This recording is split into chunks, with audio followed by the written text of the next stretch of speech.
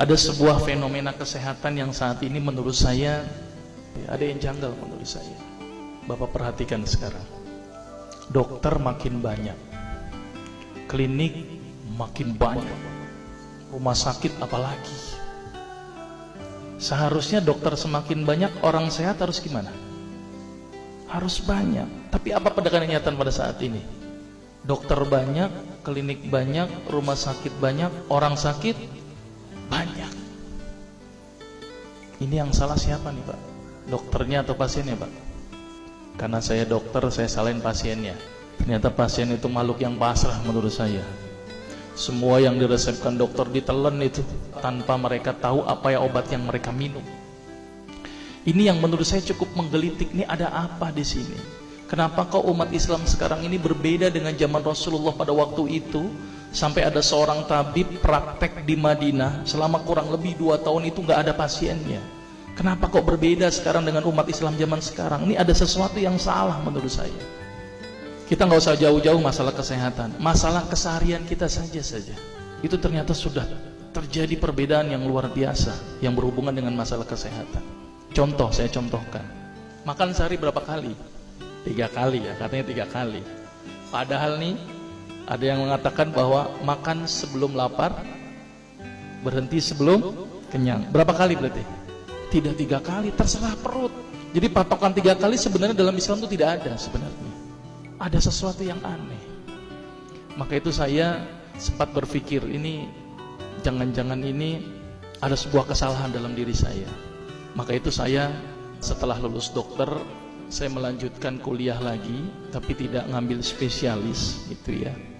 Jadi saya ngambil kuliah lagi jurusan tafsir hadis gitu ya.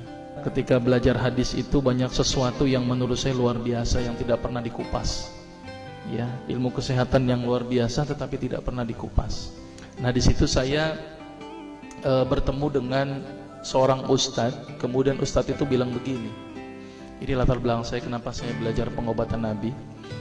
Ustadz itu bertanya kepada saya begini, "Dok, antum yakin gak sih dok kalau antum masuk surga?" Saya jawabnya pada waktu itu apa? "Yakin Ustadz, saya masuk surga karena Allah menurut prasangka hambanya." Tapi Ustadz itu bilangnya lain. "Kayaknya antum masuk neraka deh." Waduh.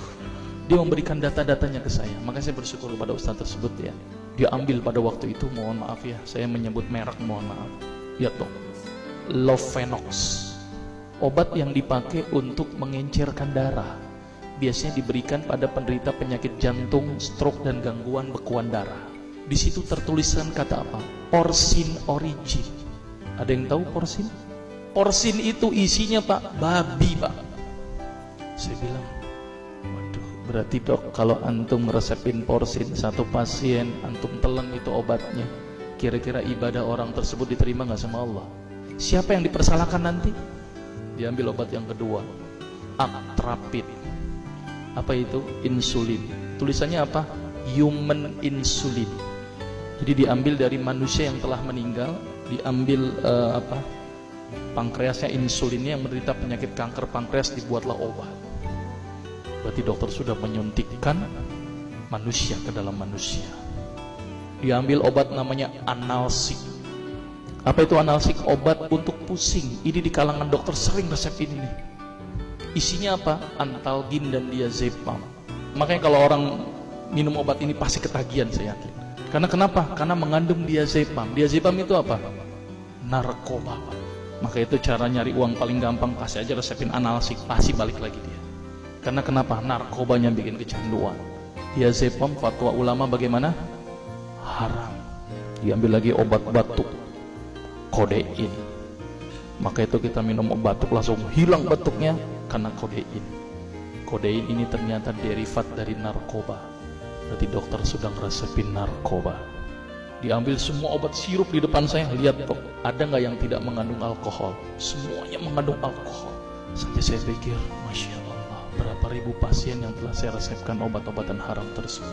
Ini yang menjadi kegelisahan saya Pak. Terus kemudian saya melihat ada sesuatu yang salah. Kenapa? Karena agama Islam tidak dipelajari secara benar. Banyak umat Islam saat ini belajar akidah, belajar akhlak, belajar fikih. Tapi lihat, pernahkah umat Islam di sini belajar masalah kesehatan Islam? Sedikit sekali. Kajian-kajian tentang kedokteran Islam hampir tidak ada. Makanya tidak heran sekarang umat Islam yang notabene hebat menurut saya katanya, tapi ternyata banyak yang sakit karena dilupakan aspek ini.